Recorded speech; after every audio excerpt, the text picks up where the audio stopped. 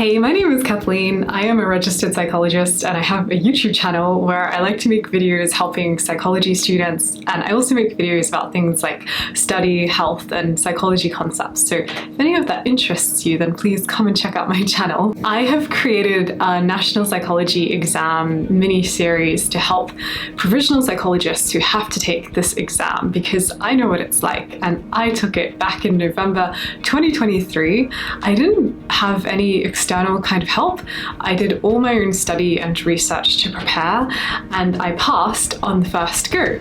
So I felt like making a mini-series as a bit of a guide to get you started if you just have no idea where to begin with your study. I'm going to talk you through how I approached the National Psychology exam curriculum and my study approach to give you a bit of inspiration when you get into your own study. I need to make it very clear off the bat that none of the content in this video ruins the integrity of the National Psychology exam, because all we're doing is unpacking the NP curriculum and developing a study strategy so that you can go away and do your own research and develop your own plan with a little bit more confidence. I'd like to let you know as well that a lot of time, effort, and money has been put into creating this video series. It's an act of goodwill for the psychology community to help provisional psychologists. And if you do find this content helpful, some simple ways of showing this could be to give this video a like, leave a comment down below, watch it until the very end to help boost it out into the YouTube universe. Another thing that you could do as well, at the bottom of this video there's a small heart that says thanks.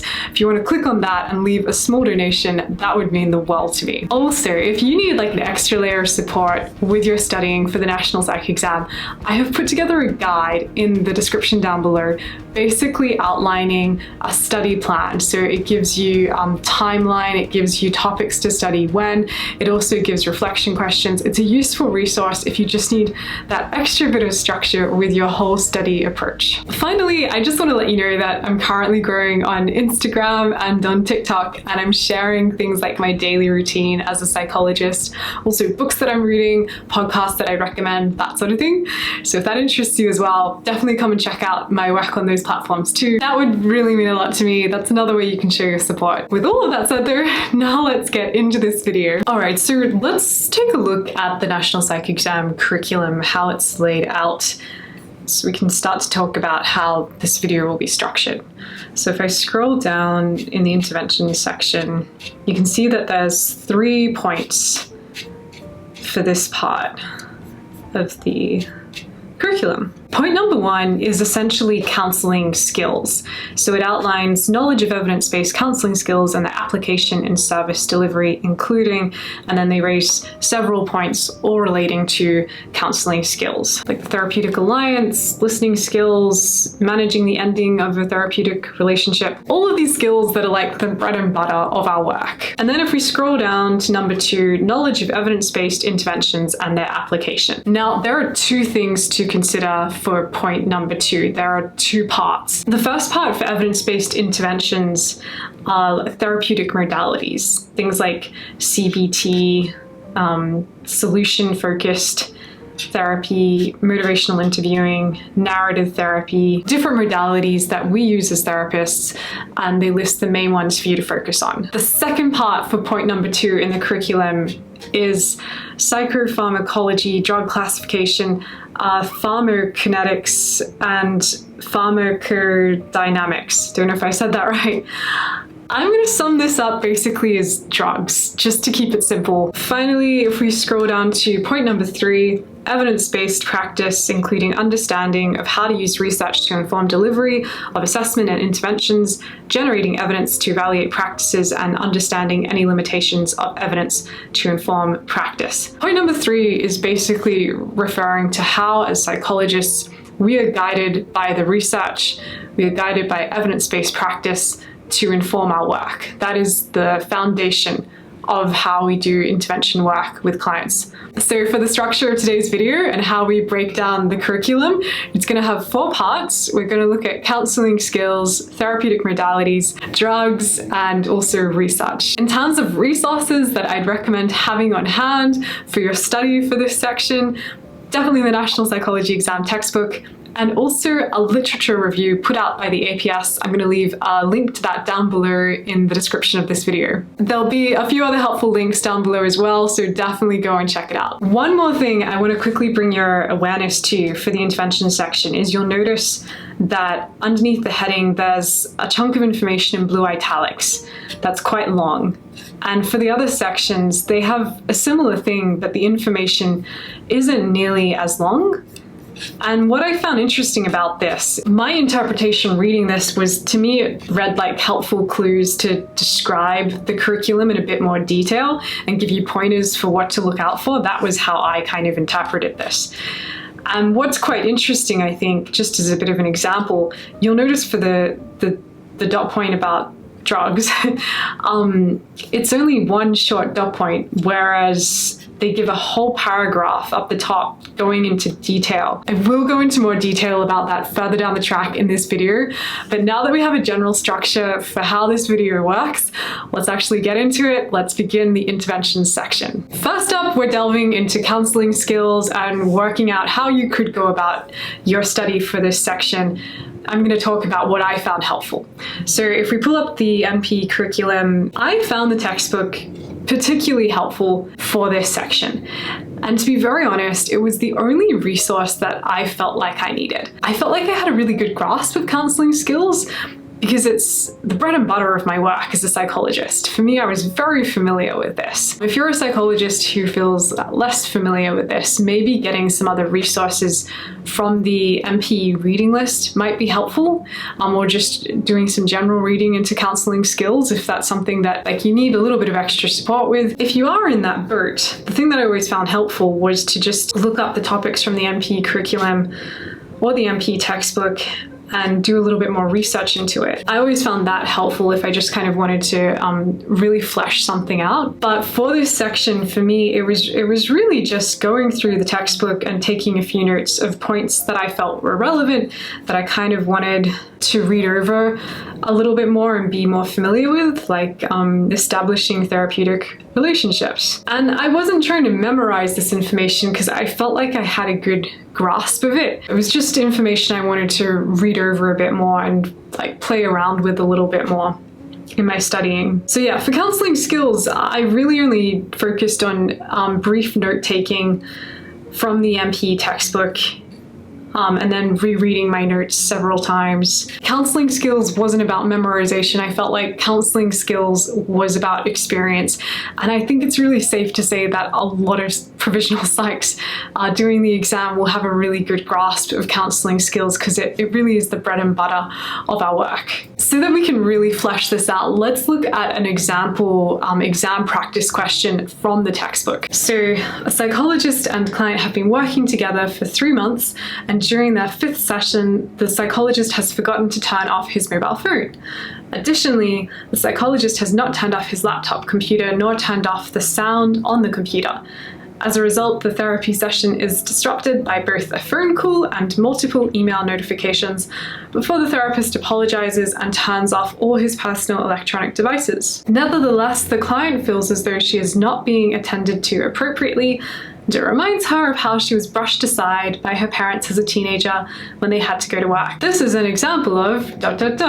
A, a therapeutic rupture, B, inappropriate attending on the part of the therapist, C, client resistance, D, client reenactment, or E, client projection. Looking at this from the get-go, there are 2 parts to what's going on here. So there's the actions of the psychologist, and then there's the reaction of the client. And the question is asking me, this is an example of what's going on here. Now, you could look at it from the client lens, but I think the question is getting more at the psychologist lens. Like, what is going on with the psychologist here? Because they're the person who's leading the session. So C, D, and E all relate to the client, all relate to what could be going on with the client. Whereas A and B are more relating to the psychologist. So I think this is where the answer could be. Could it be a therapeutic rupture? It could, but I think in this instance, B is the better answer because it's specifically what's going on in this situation.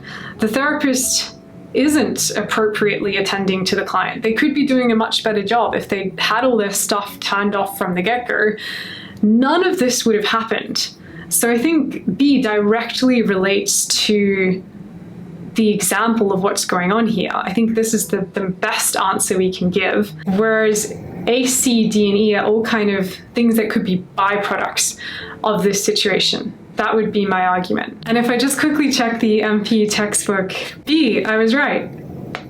Yes, B is the most appropriate response. While it would have been better for the psychologist to have turned off his electronic devices, after a therapeutic relationship has developed, it would generally take more than a phone ringing to disrupt a focus session, and it would be therefore inappropriate attending by the therapist. Okay, so yeah, that's their reasoning for it. So you can see from this example that I didn't need to memorize all this information about counseling skills. It was more just my general knowledge, my general sense of my job and how it works and the day-to-day stuff with counseling. And also reading the question very carefully. That was what helped me answer this question. Next up, we're moving on to therapeutic modalities. Let's have a look at the curriculum. This is under point number 2. And you can see that first up, it outlines theories and models of treatment. And then it goes into more detail down below, knowledge of the application of specific focused therapy techniques. It lists all the ones that you need to take into account. So in order to work out my study approach for this section, always great to start off with the MP textbook. And you'll see in the MP textbook, it delves into different therapeutic modalities. And it places a lot of emphasis on CBT, cognitive and behavioral interventions. So I think it's worth noticing as well that in the curriculum, CBT is given the most emphasis compared to the other modalities. The reason why I think CBT has such a big emphasis is because it is the umbrella, it's the foundation where all of these other modalities were born out of. So what I found really helpful to do when I was studying for this section was create headings for each of the therapeutic modalities that were mentioned in the NP curriculum. Plugged that into my NP study planner. And as you can see, I had a lot of emphasis on CBT, and then all these techniques that relate to CBT. And then I had smaller sections for other modalities. I used the NP textbook to take all of my notes and essentially create short summaries for these techniques that related to CBT, and for other modalities that were relevant for the exam. I should mention as well that I've been trained in some of these modalities, so I used notes from external training that I did. I read up on some of my notes to help with my note-taking for the exam and creating short summaries. And the key information that I was trying to learn and have a really good sense of was how would I distinguish one modality from another? Like, how would I distinguish a CBT technique compared to a solution-focused therapy technique? What is the difference between these two styles of therapies? So I would be making short summaries related to each modality, outlining its purpose, like its function, what it was trying to do, the goal, the type of language that was used in this kind of modality, and also various techniques that related to this modality. That was the sort of information I was taking note of for the exam. So if we have a quick look at an example, let's look at solution-focused interventions, SFT. You can see that I took note of the purpose or the aim. So SFT focuses on building solutions to problems through developing the client's abilities in coping and problem solving. Client is their own problem solver, is empowered to problem solve. I put a little bit about the skills involved in doing SFT, and then I put a little bit about the language of SFT. So with an SFT approach, we are thinking about the preferred outcome, what we'd like to try and get to. We're looking at the future, we're not focusing on the past, we're thinking about what would our future like to look like. That's the sort of language that we're using. The final thing that I did to go one step further with this, after summarizing information for each of the modalities, I then created flashcards because I did want to use spaced repetition to go back over and relearn and try to an extent to memorize it. I really just wanted to make sure that I could distinguish one modality from another. In hindsight, this level of preparation, it might have been a little bit overkill because I already had a really good sense of all of these different modalities. I already had been using them in my job quite frequently, but for the sake of the exam, just trying to really make sure that I could distinguish one approach from another, that felt important to me to learn. So yeah, having flashcards for the different therapeutic modalities was really helpful. Let's have a quick look at a practice exam question from the MP textbooks so that we have a better idea of how a therapeutic modality type question might play out. In their first meeting, the client discusses with the psychologist his depressive symptoms and shares his beliefs that he is simply weak and personally lacking in coping ability. The economy is too slow to allow him any significant career progress, and he cannot see this situation changing anytime soon given the state of the global economy. Which of the following approaches would best target the difficulties presented by the client? So A cognitive focus, reviewing the client's distorted thoughts, maladaptive assumptions, and then dysfunctional schemas. B, a supportive, purely relational approach, so he does not feel alone in his situation. After all, the economy is not doing well and it is difficult to find work. C, a supportive atmosphere in which thoughtful questioning helps the client examine and then test his beliefs that could eventually be modified and be more adaptive. D, a problem-solving approach involving a review of the client's resume and work behaviors to help with his career progression. And E, a mix of both a supportive, relational, and problem-solving approach so that the client does not feel alone in his situation and receives help with his career progression. What do I think would be the best? So let's go back to the question. What is the question asking us? Which of the following approaches would be best to target the difficulties presented by the client? Straight off the bat, I don't think B is an appropriate response for this. B is kind of like a fluffy response. D and E, they're similar because they're kind of more problem-solving responses. However, we're looking for the approach that best targets the difficulties presented. If we go back to the example question, the client is talking about his beliefs that he is weak. This is his core belief, that he lacks coping abilities. He then externalizes it to his environment and the economy. So this doesn't really look like a problem-solving, empathizing kind of scenario. It looks like we're trying to more work with the client's beliefs with how he sees himself, his capabilities in the world. So if we go back to A and C, they were more CBT based. So it could potentially be C, but the thing is with C, it's just talking about his beliefs. A actually focuses on the client's distorted thinking patterns, which we can see in here, his maladaptive assumptions and his dysfunctional schemas about how he sees himself and how he sees the world. Let's see if I'm actually correct though. So this was question number 34. I picked A. Yes, I am right.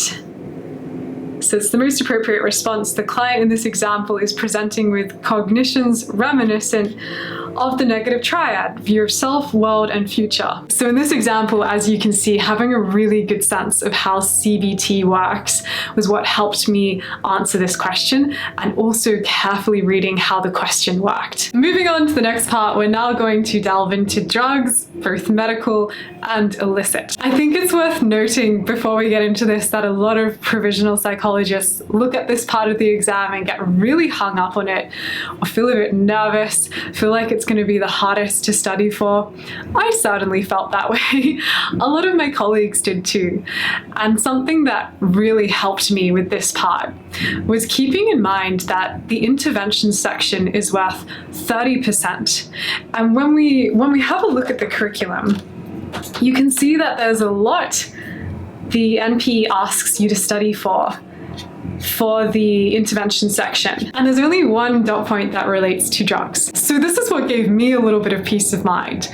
And I can't tell you what the exam will be like, but just looking at the curriculum, you can see there's more emphasis on other things rather than drugs. So that was That was the assumption I made. When I was trying to work out how to study the drugs section, because as you can see, like, this isn't very helpful, this stop point. You can see up the top, as I was mentioning earlier, the part with the blue italics, the way I interpreted this was giving us helpful clues. They have a whole paragraph related to this dot point, and it goes into a lot more detail. So let's quickly flesh this out. We need to know what pharmaceuticals are commonly used to treat mental health disorders, information like its name, use, side effects, the impact that this drug has on a disorder, when, why, and how to refer a client for medication, common illicit drugs, as well as things like alcohol and tobacco, and the interaction between legal and illicit drugs. So that is a lot for us to consider learning for this exam. It's a little bit overwhelming. If I go one step further to simplify it just a little bit more, I need to learn about medication for mental health disorders and illicit substances. So when I was going about my study approach for this, I was keeping that in the back of my head. And I found the NPE textbook pretty helpful for the drug section. Like, it gives a lot of information if I scroll down to it. It goes into a lot of detail about medication and how it works. And I took notes directly from the NPE textbook into my study plan. I kind of took it quite literally, like I went into all the different terminology for psychopharmacology. At first I was thinking I should try and learn this off by heart, but if we go back to the essence of the NPE, generally it's not so much about memorization, it's more about your practical understanding of it. So try and keep in mind those 2 points: medication clients with mental health disorders might be using, and also illicit substances and how this could impact a client's presentation. That was my take home, which helped me simplify my study process. So in the end, there's a section in the NPE textbook that just goes into different disorders, shouldn't be personality disorders, different disorders and different medication that someone would use with that disorder, where I took some notes, and also more information around substance dependence, like illicit substances, and also things like alcohol or caffeine. Basically just focused on taking notes from the textbook. I also used a website, which I'm just going to bring up too, that I found helpful. It was called drugs.com. If I wanted to read out more about a particular drug, I just type it in here. So like, as an example, lithium, which is prescribed for people with bipolar. It goes above and beyond, I think, what you need to know for the exam, but it was just a nice reference point if I wanted to look into things like the side effects of lithium. It will give you some in-depth information about that. The final thing that I did to prepare for this section of the exam was just to make a few flashcards. All I was trying to do was make sure I could remember different types of medication prescribed for certain disorders and whether or not the side effects were really serious. That's what worked for me in feeling confident for the exam. And everyone's going to have a different approach with this, so just keep that in mind. What worked for me might not necessarily work for you. But I want to finish by saying the thing that I really appreciated about this section, because it was the section I was the most nervous about, was that I left it feeling a lot more confident with my knowledge and understanding of medication for mental health disorders and also illicit substances. I work with a lot of clients that use illicit substances and also work with a lot of clients that are on medication. So feeling more confident in my understanding of it is something that helped me with the exam, but also really helped me with my job. And that's one thing that I will praise the NPE for. I really think it helps you become that much better as a psychologist. All right, so to kind of consolidate our knowledge and work out what this could look like in practice in the exam, I have created my own example question for the drug section, because I didn't really feel like the practice exam in the textbook had anything that was sufficient, which might allude to there being less of a focus on this in the NP. I don't know. But I decided to create my own question that mirrors the curriculum in terms of what it asks you to look for. So let's go through it together. You've been seeing a client with anxiety for several months who's been taking a dose of prescribed benzodiazepam long term. Over the course of your work together, she's learned new strategies for managing her anxiety. During your next session, she suddenly announces she's stopped taking her medication. She says that she's ready to manage her mental health on her own. So how should you respond? A, you can acknowledge that it's her choice and ask if she'll speak to her GP. B, provide her with some information about transitioning off of medication. C, call the client's GP during the session to let them know about this change. Or D, make a plan with the client to monitor her anxiety daily and discuss what coping strategies she'll use. So just looking at all of those answers, this is kind of a tricky one because they could all be reasonable responses. But the thing that kind of helps me work out how I should respond is knowing that benzodiazepam actually has some serious consequences. It has some serious side effects if you suddenly stop it. It can cause things like seizures. It can make you feel highly suicidal.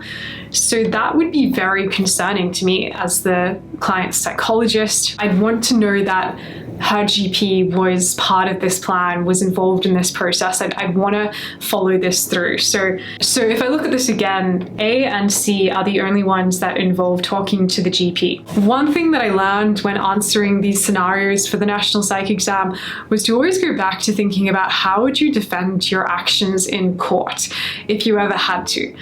Even in this hypothetical situation, very serious side effects that can come with suddenly stopping benzodiazepam medication, I'd want to make sure that the client's GP knew. I could ask her to talk to her GP or check in and see if she's going to, but I'd want to be that extra step cautious and actually call the client's GP in the session and make sure that she was aware of this change. So I would argue that the best answer in this scenario is C. So to summarize this example, you can see that I didn't need to know all the specific side effects of benzodiazepine. I just needed to know generally that it came with some serious side effects. When people say for the National Psych exam that you don't need to memorize all this information, I think that's what they mean. It's more about having a general sense of the information and how to use it.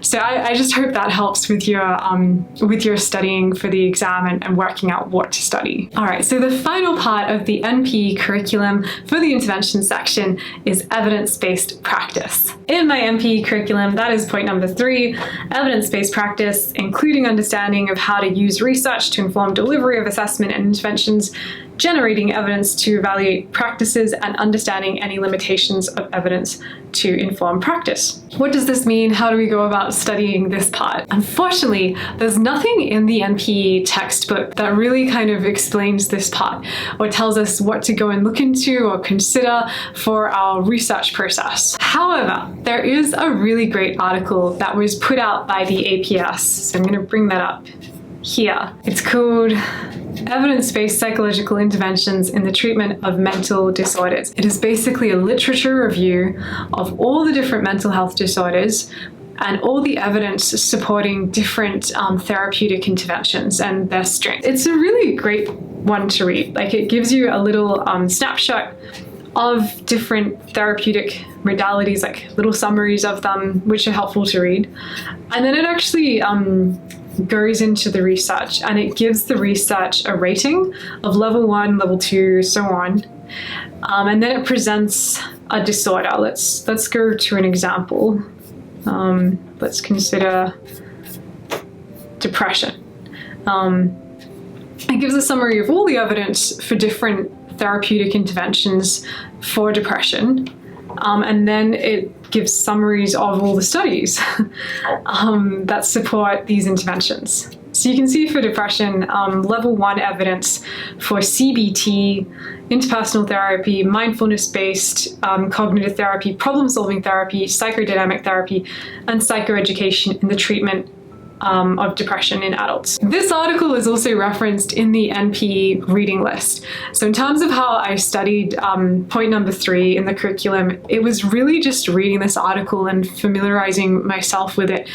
I didn't take any notes. I didn't memorize anything. I didn't feel like I needed to. Just glossing over that article and looking at the major disorders, like the major mood disorders, anxiety disorders, looking at, what evidence supports the best protocol for treatment.